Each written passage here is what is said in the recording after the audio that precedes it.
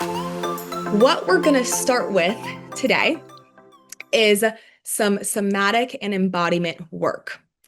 I'm going to explain to you on a neuroscience level why this is actually so important, okay? It actually drastically helps rewire the brain. So I want you to imagine your body and your brain as like best friends. And they're always texting, they're always in cahoots. Most of the texts go from body to your brain through nerves in your body, like the vagus nerve. And the vagus nerve is kind of telling you whether to feel safe or stressed or excited or calm. Kind of has a lot to do with your nervous system. So that's why moving and doing somatic work and moving things out of the body, it's not just like exercise, you're actually helping to train your brain. Think of it like this. If I wanted to build a pool in my backyard, would I just find some pool water and dump it into the grass? No, I wouldn't. I could, but it wouldn't really build a very good pool. No one would want to come swim in my pool. I have to dig a fucking hole. I've got to get cement in there. I've got to build like the thing to hold the pool. Okay. I've got to physically make things happen. I've got to physically move things in order to make space for then the water. Okay. Think of the cement as like physically moving things in your body or physically taking action. And then think of the water as all the energy work things and everything that you're creating. If you're creating things, you need to move space to make them go into your body. You can't like go move into an apartment or a house that someone else still lives in. You can't put your furniture on top of theirs. They've got to move it out first. So what we're going to be doing with the body today is we're going to be moving stuck energy out of the body in order to make space for new stuff to come into the body. Now we can do this through energy work. Right. And I could sit here, this could be a 20-minute module. I could go, let me do some energy work on you. Okay, so out of your body, you're good to go. But the problem is you're not going to feel where it's at in your body. And you're not going to know where shit sits. And you're not going to know what kind of forms and shapes you take when you start to doubt yourself and when you start to kind of make yourself want to get a little small. So that's why we do embodiment work. Could I clear your energy without it? For sure. Am I going to clear your energy today? Yes, for sure. But that's not helpful. It is. I mean, it's super helpful. But if you then just go out through your life and then don't know where that energy sits or where it was or what triggers it, or you're not paying attention to what shape you're taking, maybe your shoulders start to get a little hunched, maybe you start to like cross your arms when you're in a situation where you start to doubt yourself or not feel enough or whatever it is, you're not going to be able to catch it next time. Because I can do energy work on today, but those thoughts come up, you'll get to new levels and new things will trigger those thoughts. So you need to know what to do also. So we're kind of like making room in our body for all the new things we're creating to be able to settle and mold into our body, right? We're making room in our body to snatch our faces a little more, making room in our body to, drop, gain, build the muscle, lose muscle, whatever it is, a little bit more, making room in our body to not let any like disease or illness form in there or continue to grow in there, making room in our body to take shape of a person who feels like they are the best of the best and brings insane value to any room they walk in. It's very important you know what that feels like. And what's cool is there's going to be certain music played today that then when you hear that song again, it will trigger that same feeling. So you can play the song and then instantly just take the shape of walking into a room feeling like you're the best of the best. So it's very important we do this. Dancing's fun, of course, but we're not just dancing around for no reason. So think of it as like body to brain messaging. Okay. So about 80% of the vagus nerve fibers, they send signals up from your organs and from your muscles.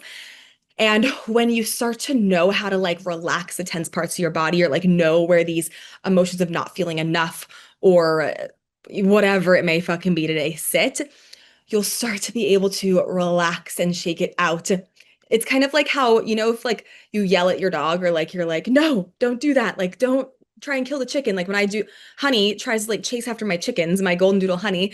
I'm like, Honey, no. And I have to yell at her or she doesn't listen.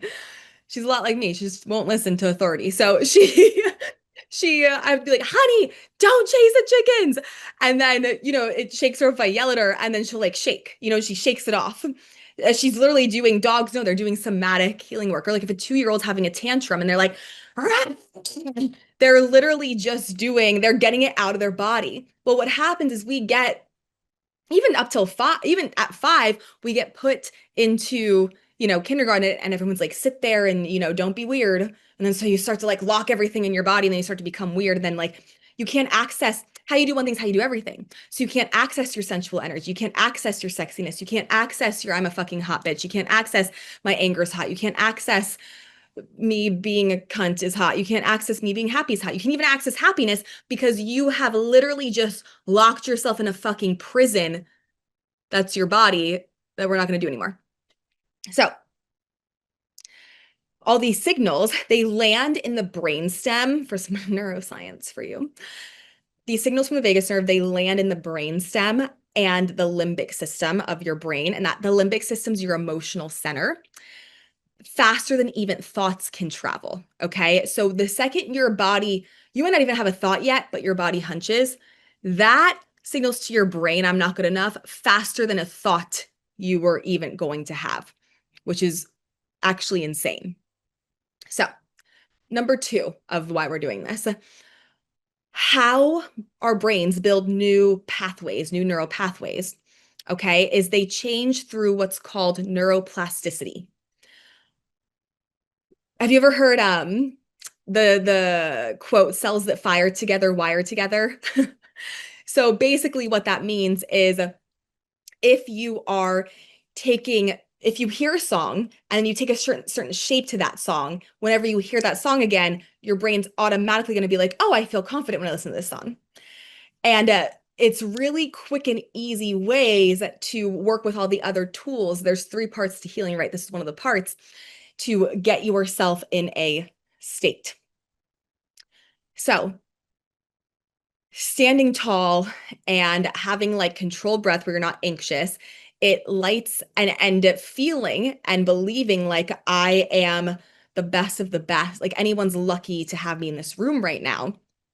It lights up motor, which is like physical, our physical body, and the actions we're going to take and how we like form ourselves. It lights up emotional and it lights up thinking circuits all at one time. Okay. And now we're building neuroplasticity. We're building new neural pathways in the brain for a new belief system about ourselves. Okay. And so then next time you then just stand that way or hear that song, you now are immediately rooted and connected to that belief. Okay. Number 3, why this is important, is stress, emotions, trauma, your kindergarten teacher saying one rude thing to you, it's all hidden in your body, okay? Think of it as like what happens. So for example, you've probably heard the story, maybe you haven't. When I was like 5 years old, I get up in my kindergarten class to present a project, like some little poster. I hear 2 girls laughing. Who knows if they were laughing at me? They honestly probably weren't. They probably weren't. But I decide they're laughing at me. I automatically think it's not safe to express myself. I'm going to get made fun of. What happens is not only am I building a belief that now I'll continue to prove to myself over and over again, and I'll continue to create, but lungs are what's attached, or the part of your body that's attached to expression and being your authentic self, right? Or feeling like you can be your authentic self. Expression's also throat, but lungs are feeling like you can be your authentic self. Well, a part of my lung light body broke off. So if my lungs were vibrating at 100%, a part of my lung light body, 30% of it, if you want intuitively, broke off in that moment. Now, not just 30%, because then I decided that memory was so emotional for me that it became a core memory. Okay. like an inside out when they have core memories. That's a thing. It became a core memory. So then I decided, oh my God, it's embarrassing for me to be my authentic self. So from then on, all the way up until I was like 19, 20, 21 years old, when I first started working on this, I never felt safe to be my authentic self. And each time I never felt safe to be my authentic self, another piece of my lung light body broke off, another piece. And you know what I had by the time I was 6 years old and what I was always hospitalized for? Asthma. Huh, interesting. Wonder how that happened.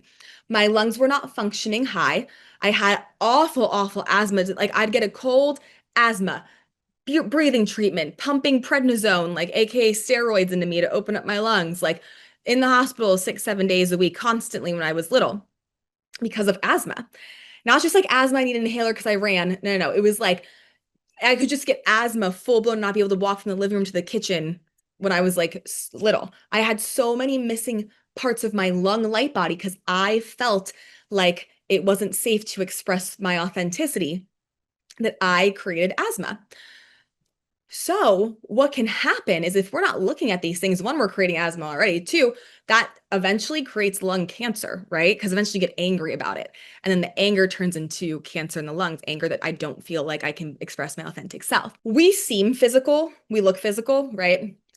We're just really slowed down matter. and and why I got asthma is because the light body lung, the protons and fucking atoms and all the shit that's responsible for creating my light body lung, that has to do with the frequency of my physical lung. It's like if you look at an MRI, right, on the screen, the diseased part or injured part of the body is darker, right? So that's what happened. My lungs were darker. They were lower in frequency. They weren't vibrating at 1,000 frequency. They were lower in frequency. Therefore, I got asthma. On top of also not feeling I can express myself, on top of not getting the relationships I wanted because of that, on top of not feeling understood because of that, on top of feeling like a little shy girl all the time because of that, so, and so many other reasons, right? So not only did I have asthma, I had 99 problems in all other areas of my life too. Funny enough, all those problems came down to one thing. You're going to find that in here. You have a lot of problems. They're all going to come down to probably one or two problems. Until you shift that, then you'll look at the next things that all come down to the next problem. That's probably one thing. You'll notice that theme in here. So the light body is responsible for creating the physical body. Even though we look physical, we're just really slowed down matter that so our eyes can see it. We can't see like electricity because it's really fast. We can see ourselves because we're just really slowed down matter. So of course, our light body is responsible for our physical matter as well. It's not even that physical. So if we're missing pieces of our light body each time we feel like a thing comes up and a piece of our light body breaks off, well, now eventually we're going to have stuff going on in there, right? And even if you don't have any symptoms now, you're saving yourself from symptoms later. And you're saving yourself from having to hold any heaviness in the body and hold you back. There's a built-in kind of, like, think of it as like a safety system, okay? And it's the ventral vagal pathway. And that tells your body it's okay to like relax, like you're safe. We will not feel safe in our body if we do not feel like we are good enough. If we don't feel like we're good enough, we're going to be in fight or flight some way, somehow, whether it could manifest in overworking, it could manifest in doing the most, it could manifest in getting anxious before you go into a room, it could manifest before you have a conversation with somebody, it can manifest before you show up like this in front of a group of people. There are ways that you can feel insanely calm before you speak in front of a group of people. That is when the ventral vagal pathway is like, good. Somatic work and the work we're about to do helps a lot with that. So does breathing, and it helps all what we're about to do helps lower cortisol, which is a stress hormone.